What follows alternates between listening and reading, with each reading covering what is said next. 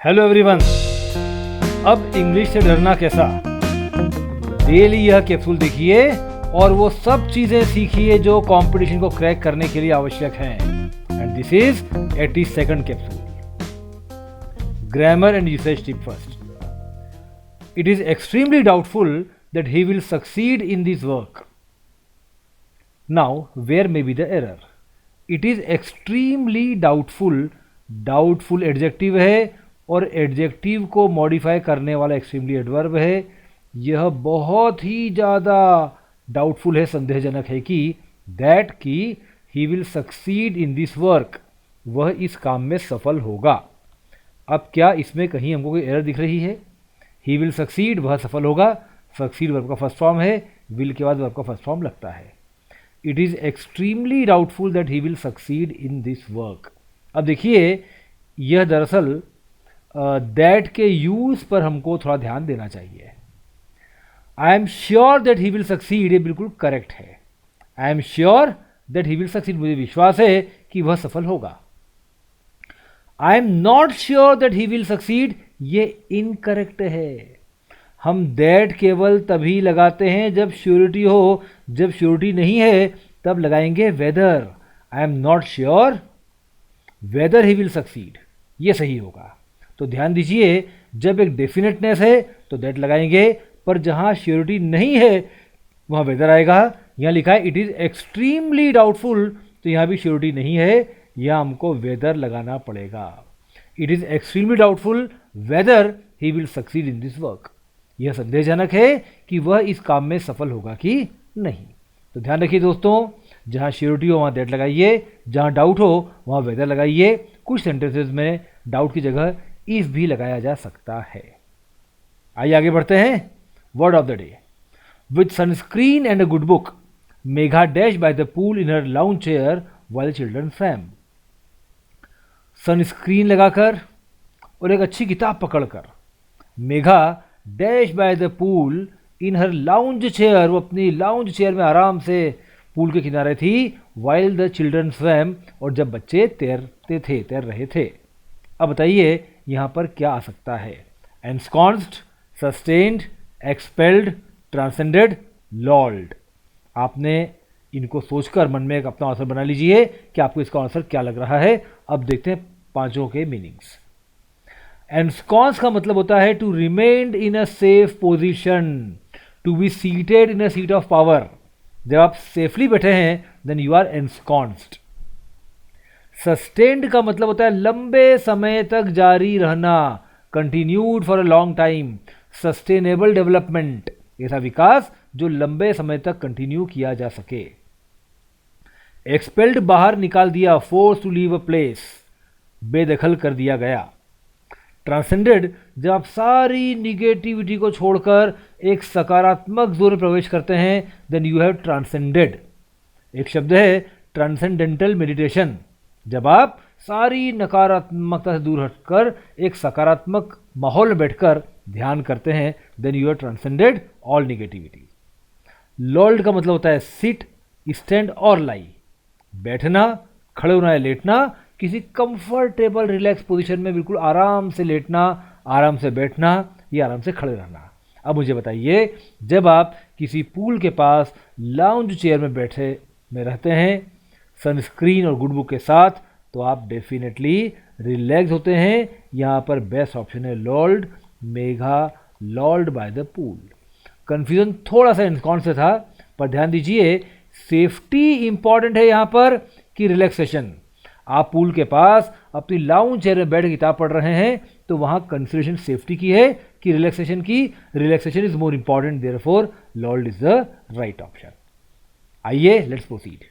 Comprehension of the day, ये आज का हमने कॉम्प्रिहेंशन पीस लिया है the New Indian Express August 6, 2020 से।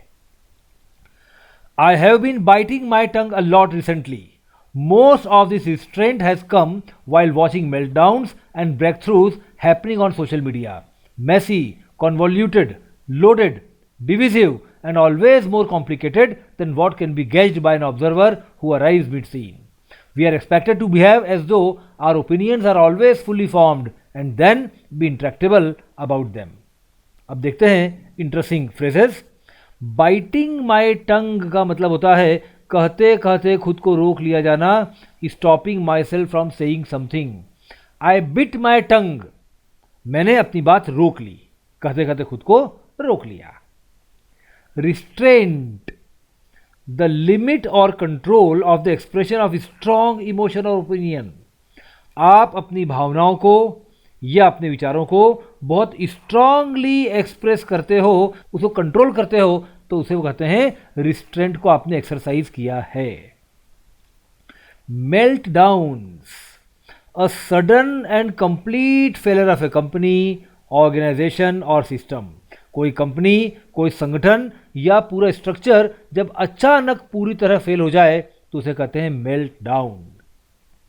ब्रेक थ्रूज, डिस्कवरीज और successes that come after lot of hard work. बहुत मेहनत करके जब आपको सफलता मिलती है या कोई नई चीज़ खोज पाते हो उसे कहते हैं ब्रेक थ्रू। मेसी, अब देखिए मेसी का मतलब होता है something which is very complicated, बहुत उलझी हुई चीज़ है, बहुत डिफिकल्ट है, मुश्किल है और अनटाइडी है, अनक्लीन है, साफ सुथरी नहीं है। मेसी। कॉन्वोल्यूटेड में भी वेरी कॉम्प्लिकेटेड का अर्थ है, या फिर यूं कहें कि मोर कॉम्प्लिकेटेड देन नेसेसरी, ज़्यादा घुमाया फिराया हुआ, ज़्यादा तोड़ मरोड़ कर प्रस्तुत किया हुआ। लोडेड के दो मतलब होते हैं, पहला होता है वेरी फुल, पूरी तरह से भरा हुआ, या फिर जिसका कोई हिडन या सेकंड मीनिंग हो। लोडेड सेंटेंस, दिख एक मतलब रहा है पर जिसका और कोई मतलब भी निकल रहा है, loaded. Divisive is something which can cause arguments between people, जब दो लोगों के बीच में बहस उत्पन्न की जाने की संभावना हो तो उसे कहेंगे डिविजिव। और गेज्ड बाय, मतलब जैसा आप जज कर सकते हो या मेजर कर सकते हो या अनुमान लगा सकते हो बाहर से, तो then you are gazing it, gazed bye.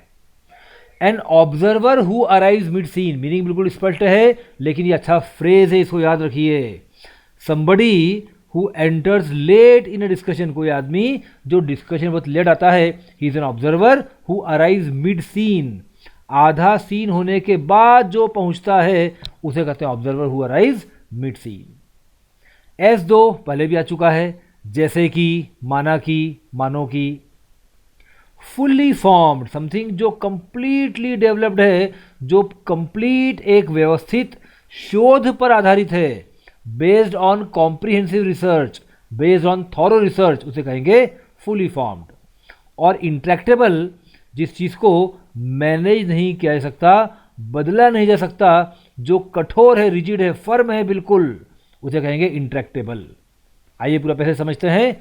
I have been biting my tongue a lot recently, हाल ही में मैं अक्सर अपनी बातों को अपने तक रोक रहा हूं, कहने से अपने आप को रोक रहा हूं।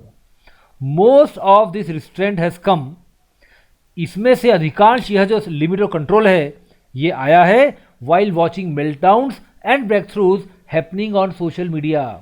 सोशल मीडिया पर आने वाली तबाहियों और शानदार सफलताओं को देखते देखते मुझ में ये रिस्ट्रेंट आया है। अब क्या होता है सोशल मीडिया पर? मेसी, बहुत कॉम्प्लिकेटेड, उलझी हुई अस्पष्ट चीजें। कॉन्वोल्यूटेड, ज्यादा घुमाया फिराया हुआ। लोडेड, वेरी मच फुल, जिसके अनेक मतलब निकलते हों।